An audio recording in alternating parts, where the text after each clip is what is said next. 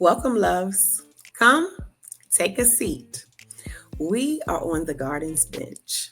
We want to reflect on some of the information, some of the conversation, and the nuggets that came up during the season's episodes. So, one of the things that we thought we would do is between the episodes, talk a little bit about some of the things that came up. So I wanted to start with reflecting on episode 2, part 1. And that episode was Slow is Sacred. And there were so many things that Sharice Brower dropped through our conversation that I think we could kind of talk about a little bit more. And one of the things I wanted to talk about was the resources. During our conversation, she mentioned we all have resources. And some folks might feel like, I don't have any resources. I don't have anything. I don't have anybody. So there are often resources that we have that go overlooked. So I wanted to talk a little bit about some of the resources that you may have access to, but you may be overlooking. There are a couple of things to consider. Internal resources, interpersonal resources, and external resources. So we're going to start with the internal resources. And when you think about internal resources, these are the things that we have within us that help us to navigate certain situations, that help us to, cope with certain feelings that we may have. When we're thinking about internal resources, number one is past resilience. What are other times and other situations you can think of that were difficult for you and you were able to somehow get through them? What worked during that time? What were you able to do to get you through those situations? And reflecting on some of those things and asking yourself, how can I incorporate and translate what I was able to do in that situation over to this situation? So thinking about those things that may have happened in the past that were helpful, in some of the ways that you dealt with them were helpful and how you were able to get through them. So reflecting on past resilience can really be helpful in navigating your current situation. Another thing to consider, number two is self-talk. How are we talking to ourselves? A lot of times we are talking to ourselves in ways that aren't as helpful, and we don't even realize it because we're just talking to ourselves all the time. It's kind of like background noise, but we could be saying things that are kind of grimy to ourselves. So we have these particular stories we tell ourselves or narratives that come up when we're experiencing certain situations. So you might say, here you go again. This is not going to work. Little things like that just kind of pop in your head. So really looking at when I am speaking to myself, considering, is this something that I would say to a loved one? Is it something that I would say to someone that I care about, a friend, a good friend? If I would not say it to them, why would I say it to myself? Is it okay to say to myself? So really thinking about, how am I talking to myself? And when it's hard for you to kind of make that connection with it, whatever you're saying to yourself, asking yourself, would you say this to a friend or a loved one? And if you wouldn't, you shouldn't say it to yourself, because the same way you think that it will harm them or it wouldn't be received well, if you say it to them, that's actually what's happening to you. But you're so used to hearing it, you're unable to kind of make that connection sometimes. So if you wouldn't say it to someone else that you care about, don't say it to yourself. That's number 2. Number 3 is something that Sharice brought up in episode 2. She said, your breath, we always have, a breath is always with us. So breathing, looking at, how am I slowing down my breathing? How am I grounding myself through breath work? So utilizing your breath is free 99. We all have it. Utilizing your breath to help you come to a place of groundedness and centeredness. So these are 3 things that you can consider internally. 1, past resilience. 2, self-talk and how you're talking to yourself. And 3, breath work. Really looking at how you are breathing and how that is helping you to regulate your nervous system. The other area of resources that I want to talk about is the interpersonal. When we think about interpersonal resources, the things to consider is, how we're communicating with others. So, number one is therapy. That may be a way that you can talk through things, you can get feedback and things like that that you need to help you to navigate your thoughts, questions, things that you may not understand, feelings, and things like that. And it might not be traditional therapy. There is traditional therapy. Some people might seek some type of counsel in their places of worship. They might look at, talking to an elder in their family. So, really looking at that, number one, therapy is a part of it and can be very helpful, but also seeking good counsel.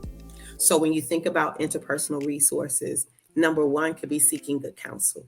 So, number two is considering community and churches, social clubs, places and spaces where you feel connected. You feel like there's a sense of belonging. Hobby based.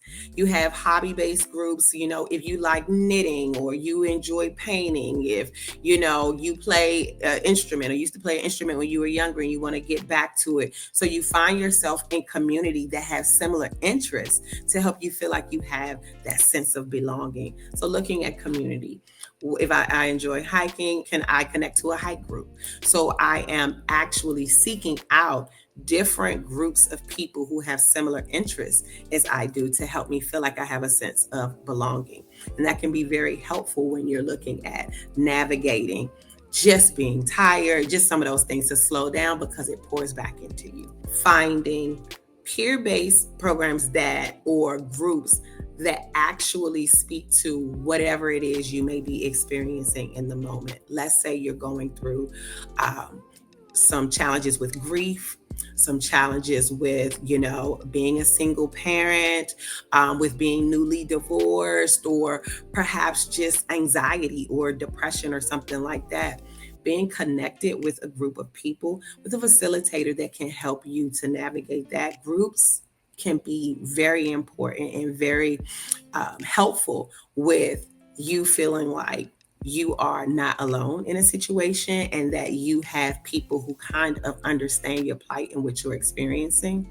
And just like, there is healing and things that happen, when you are working on yourself and doing things individually, there's healing and support that you can find through groups and community as well. So you want to consider, who am I talking to as far as good counsel? Who am I connected to as far as those things that feel right and good for me? These faith-based organizations or any type of thing that helps me to kind of connect back to my values and do that in group and community.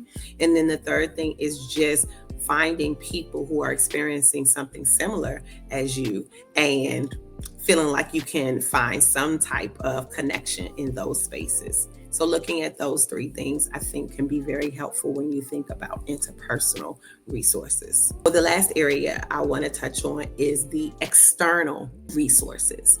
This is considering like your environment. So the first thing to consider when you're thinking about external resources is routine. Routine is familiar, and routine helps you to feel safe because it's predictable.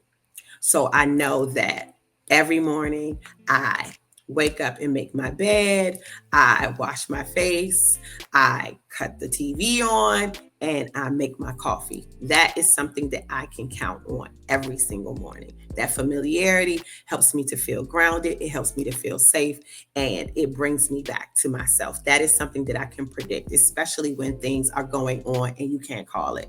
This I can call. I can count on this nice cup of coffee every morning. I can count on this walk that I take every morning. So looking at having either a morning routine or a bedtime routine or both. I would like to think that a morning routine helps you to set the tone for your day, and an evening or nighttime routine helps you to set the tone for rest for the evening. So really looking at what are some of the things that I can do routinely that help me to feel grounded and that I can rely on each day. The next thing is nature. So number 2 would be nature.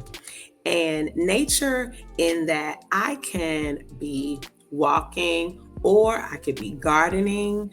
I could be people watching. Sometimes I'm not doing anything. I'm just sitting outside. You don't have to be doing something, but just being in nature, being in the fresh air, in the sun, it could be in the evening. So I'm in the evening just taking in some of the sounds of the bugs or whatever the case may be, but spending time outside, spending time in nature, whatever that may look like for you, can be really helpful and really grounding. And number 3 is utilizing potentially some apps. So they have different apps that can help you with different things that you might be experiencing as far as needing to calm your body, needing to calm your mind, needing to calm your spirit. So you could think about apps like Calm, apps like Finch, things like that can help you with meditation, help you with journal prompts, and even a level of accountability, because you can put things in as far as your goals and things that you may want to do, and they can send little reminders to let you know, or to ask you like, have you done this? This is something that you said you wanted to do, and you can tap into it that way. So also utilizing some of the apps that they have out that can support you with staying on top of things, connecting with yourself. And when I say staying on top of things, not necessarily a tasky things like that, but checking in with yourself. Because as the days go by, when we're moving so quickly, it can be really difficult sometimes for us to remember ourselves. And these are things and reminders that can pop up in your phone and say, hey, did you drink water? Hey, you need to stop and breathe. Hey, you've been sitting down for a little while. You need to get up and walk around. These are things that can help you with checking in with yourself. So these are a few examples of resources that you can tap into that you may not have even considered. If you have, maybe this is a reminder. If you haven't, let's get to it. Let's see what we can do to continue to take care of ourselves in ways that sometimes this environment, sometimes this culture doesn't support. So we want to slow down and be intentional about checking in with ourselves. Thank you for taking a seat with me, and be looking for these after each episode. So be it, tend to it. This podcast reflects my personal reflections and professional insights as a licensed therapist, but it is not a substitute for therapy. The conversations and practices shared here are for educational and inspirational purposes only. If you are seeking mental health support, I encourage you to connect with a licensed therapist in your area who can provide individualized care.